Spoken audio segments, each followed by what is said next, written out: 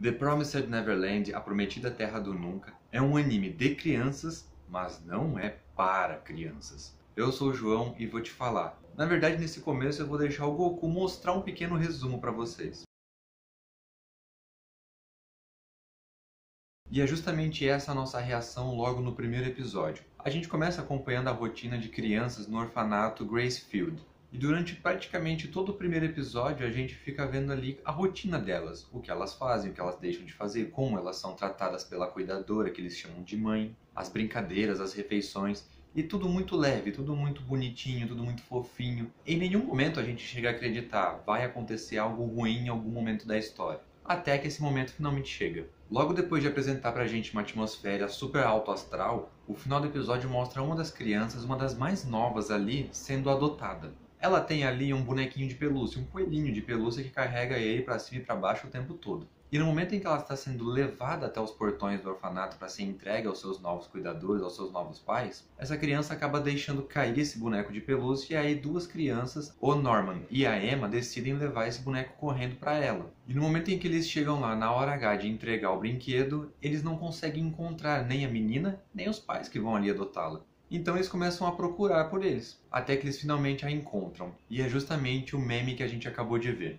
Eles encontram sim a criança, só que não do jeito que eles esperavam. Eles encontram o corpo dela. E aí nesse momento a gente já fica, eita porra, o que é que tá acontecendo aqui? E finalmente novos personagens são apresentados e que dão ali um contexto maior do que está acontecendo. E esses novos personagens são nada mais nada menos do que demônios. Criaturas totalmente diferentes da forma humana, com um visual particularmente bizarro, e que no meio de um diálogo ali entre um e outro a gente descobre que os humanos, nessa realidade, não passam de gado de corte. Exatamente. Na verdade, o orfanato é uma grande fazenda, e as crianças são o gado. Então, com base nessa temática, você tem que se permitir entrar na fantasia, principalmente porque os personagens principais, as crianças, são justamente crianças. Então elas estão ali na faixa de idade de no máximo 11, 12 anos. Então tem muita coisa que elas fazem, pensam, que se você levar muito a sério, você vai ficar tipo... Uau, olha só que forçação de barra onde já se viu uma criança fazer isso dessa forma. Porém, se você levar em conta de que essa realidade possui demônios que comem crianças, aí você consegue se divertir e embarcar na aventura numa boa. Então, toda a primeira temporada vai girar em torno desse descobrimento, da verdade que o Norman e a Emma descobrem, e aí eles vão tentar transmitir esse fato para as outras crianças e tentar convencê-las, olha, aqui onde nós estamos não é um lugar seguro.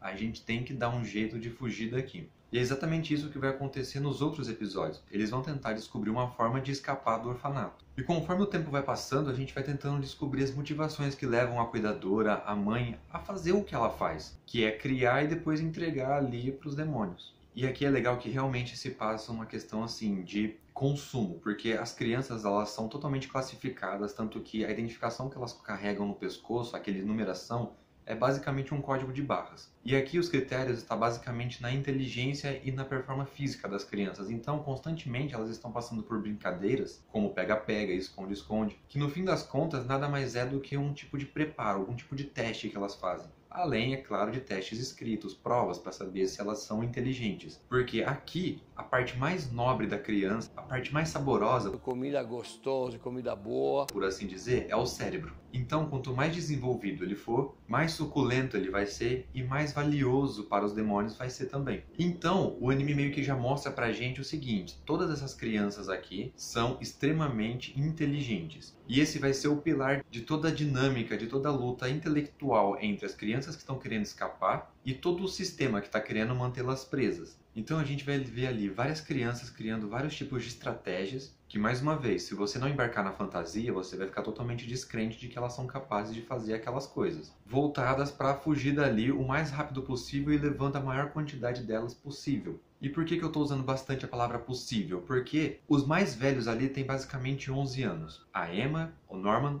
e o Ray. Então você logo no começo em que percebe o plano deles, você já fica se perguntando, tá, se vocês fugirem dali, como é que vocês vão se virar depois? Como é que vocês vão se alimentar, se abrigar? Como é que 3 crianças de 11 anos vão cuidar de uma galera muito mais nova do que eles? Então eles ficam sempre pensando em formas de responder essas perguntas, as próprias crianças de 11 anos tentando responder essas perguntas. E isso vai te deixando cada vez mais preso no anime porque você vai querendo saber essas respostas uma atrás da outra. Então muita coisa acontece, muita coisa é revelada e no final das contas algumas delas conseguem sim escapar e aí dá início à segunda temporada.